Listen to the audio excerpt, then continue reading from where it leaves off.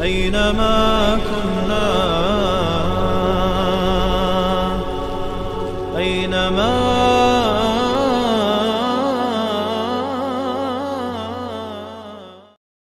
بسم الله والحمد لله والصلاة والسلام على رسول الله. اما بعد، السلام عليكم ورحمة الله وبركاته.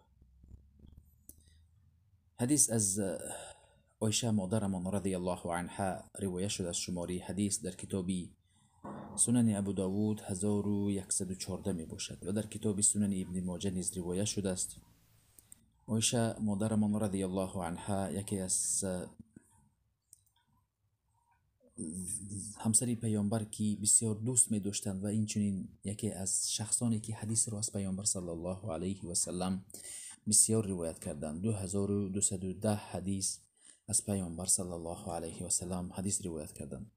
عایشه مادرمان رضی الله عنه سرگذشتی از حیاتشان رو گفته میگذاریم که روزی مبلغی رو گرفتند، پولی رو گرفتند، به میسک آمیخته کردند، به خوشبویی آمیخته کردند. وقتی که پرسیده شد برای چی تو این مبلغ رو به خوشبویی آمیخته میکنید، حضرت عایشه مادرمان رضی الله عنها گفتند که این پیش از این که به دست فقیر میرسد به دست الله میرود. این یکی از فقه عایشه مادرمان رضی الله عنها بود که در تربیه پیامبر، در تربیه ابوبکر صدیق بزرگ گشته بودند.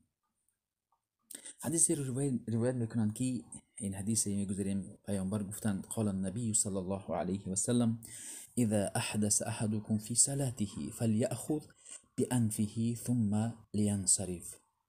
وقتی که یک شخصی اگر شما در نماز میگویند، مثلا در مسجد طهارت شما از بین رفت، مثلا بادی برآمد، شما در این وقت فلیأخذ بانفه ثم لینصرف، با این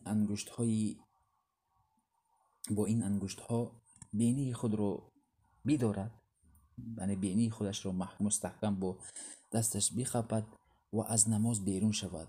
این یکی از فقه اسلوب بیان پیامبر صلی الله علیه و سلم می باشد که وقتی که یک شخص در نماز بی طهارت می شود، وقتی که از نزد صف، از بین صف بیرون می رود، مردم همه یک گمانی بد می برند که او در نماز کاری بیجایی کرد که حتی بادش را داشته نتوانست.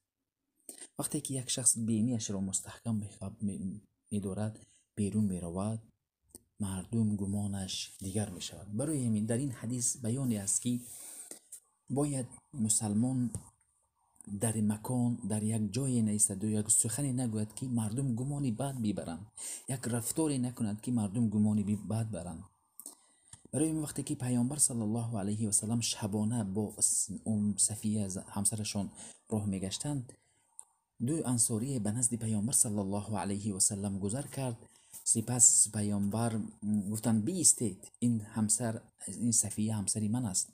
سپس هر دو صحابه گفتند ای رسول خدا، ما یگان گمان بد نبردیم.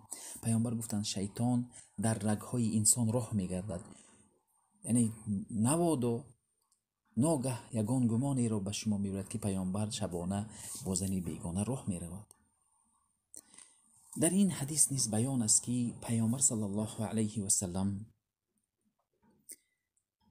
تا که مردم را به تشویش نافکند، این یک اسلوب بیان پیامبر بود که بینیش را مستحکم بخپد که مردم گمان بکنند که او از بینیش خونه یا یگان چیزی بیرون برآمده است، او برای شستن او رفته است.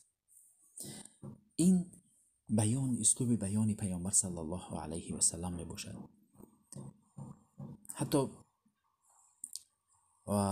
در حدیث وارد شده است که در یک گروه جماعت که بوی بدی می برد، سپس پیامبر امر می کنند که همه شما طهارت بکنید، یعنی یک نفر برآمده طهارت نکند. این یکی از که تو که کسی رو به حرج و خجالت نافکندن می باشد. این بود شرح مختصر این حدیث. السلام علیکم و رحمت الله و برکاته.